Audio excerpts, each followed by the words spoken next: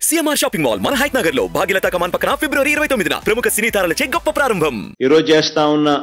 ఈ రెండో మంచి కార్యక్రమం ఏమిటి అనంటే రైతన్నలకు క్రమం తప్పకుండా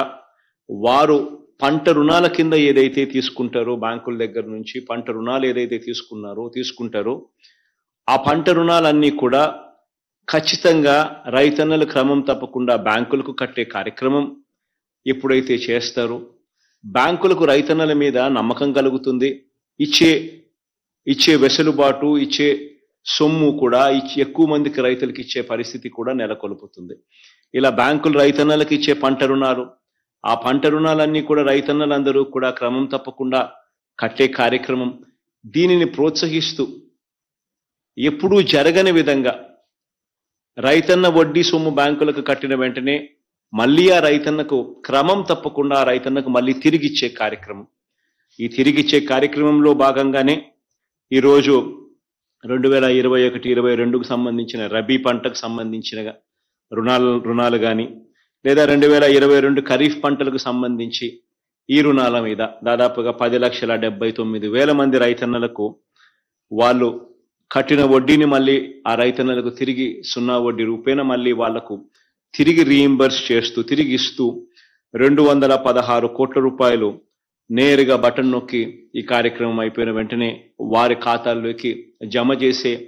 మరో మంచి కార్యక్రమం కూడా ఈరోజు జరుగుతూ ఉంది. ఇది కూడా ఎందుకు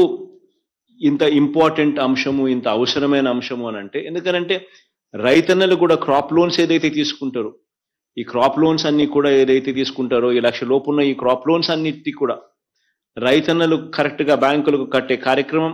ఆ రైతన్నలు కట్టిన వడ్డీని మళ్ళీ పూర్తిగా ఈ వెనక్కి ఇచ్చే కార్యక్రమం ఎప్పుడైతే ప్రభుత్వం చేస్తా ఉందో అప్పుడు ఆ రైతన్నలకు ఈ క్రాప్ లోన్ కింద తీసుకున్న ఈ సొమ్ము ఈ 1 లక్ష రూపాయల సొమ్ము కూడా రైతన్నలకు వడ్డీ లేకుండా రైతన్న చేతిలోకి వచ్చినట్టే. ఈ డబ్బులు రైతన్నకు తన వ్యవసాయంలో ఎంతగానో పెట్టుబడి కింద ఎంతగానో ఉపయోగపడే పరిస్థితి కూడా ఉంటుంది. దీనిని ప్రోత్సహిస్తూ దీనిని క్రమం తప్పకుండా ప్రతి రైతన్నకు దీన్ని కడుతూ సహాయం చేస్తూ వస్తూ ఉన్నాం. ఈ మాదిరిగా గత ప్రభుత్వం ఎగ్గొట్టిన ఈ 0 వడ్డీ రుణాలనేది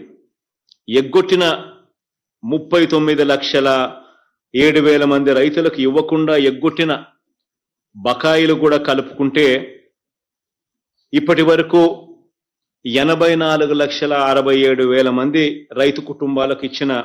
0 వడ్డీ రాయితీనే దాదాపుగా 2,051 కోట్ల రూపాయలు ఈ 0 వడ్డీ రాయితీ కింద ఇవ్వడం జరిగింది. మరి ఈరోజు ఇచ్చే రైతు భరోసా సొమ్ము కానీ మరి ఈరోజు ఇచ్చే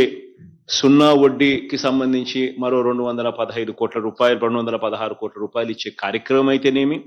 ఈ 2 కార్యక్రమాల ద్వారా ఈరోజు 1,294 కోట్ల రూపాయలు రైతుల ఖాతాల్లోకి జమ చేసే ఒక మంచి కార్యక్రమం జరుగుతూ ఉంది. దేవుడి మంచి అవకాశాన్ని నాకు ఇచ్చినందుకు దేవునికి ప్రజలకు ఎప్పటికీ కూడా సదా రుణపడి ఉంటానని ఈ సందర్భంగా కూడా తెలియజేస్తా ఉన్నా.